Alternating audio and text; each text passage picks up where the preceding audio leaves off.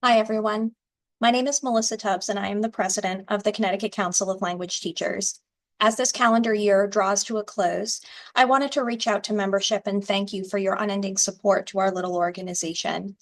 2024, although challenging in many ways, was another successful year for CT Colt. I'm very proud of the robust programming that we have in this nonprofit and the many ways that we work to support our membership and educators in Connecticut and beyond.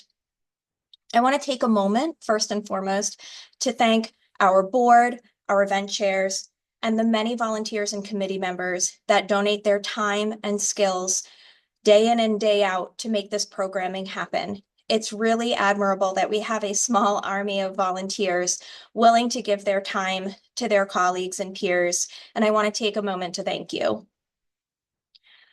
I also have some thoughts as this calendar year draws to a close. As we approach the new year, we're often encouraged to reflect on the past year. And in education, from pre-K all the way through to post-secondary, reflection is part of our daily lives.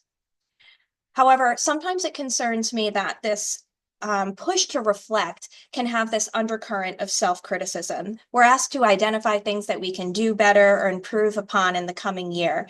And while I love a good goal and a good action plan, it's one of my favorite things in the world. My hope for you as this year draws to a close is that you take a moment to reflect on all of the good things and all of the things that worked, were successful, made you happy, brought you joy in 2024. We don't always have to reflect with the aim of improvement moving forward. Some things we're doing just fine. Some things we're absolutely killing it at.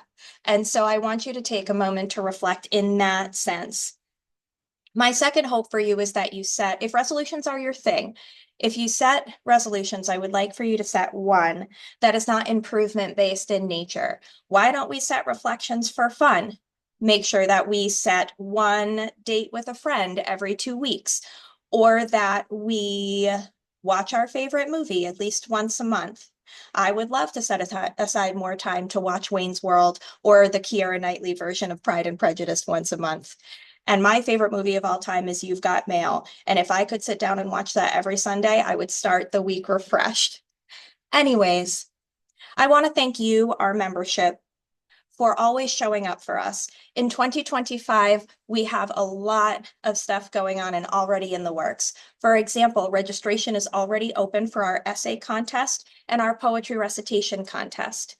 We also have opened our registration for student and teacher awards in the spring a little bit earlier as of January 1st, today. So you are welcome to look into that as well. We have great professional development events coming up in the spring. We have a webinar series with an upcoming webinar I know by Leah Grenier Kennedy. We also have webinars hosted in partnership with the American Association of Teachers of Japanese and the American Association of Teachers of Spanish and Portuguese. Please try and check those out. And if asynchronous is more your thing, we have a very robust library of members-only resources of past webinars and PD offerings. We have ed camps coming up in the spring. We also have our early language show and tell coming up later on, closer towards April and May. Again, so many ways that you can get involved in this organization and be supported by your colleagues across the state. As my message draws to a close, I want to thank you a final time and encourage you to look back on the year that we just had, not with a sense of sadness or looking to improve something in 2025, but with a sense of joy and accomplishment because you did it. And we have a fresh new year ahead of us that we can continue to do the things that we do so well that bring us joy. Thank you again for listening to my little message. Happy New Year, and I will see you in 2025.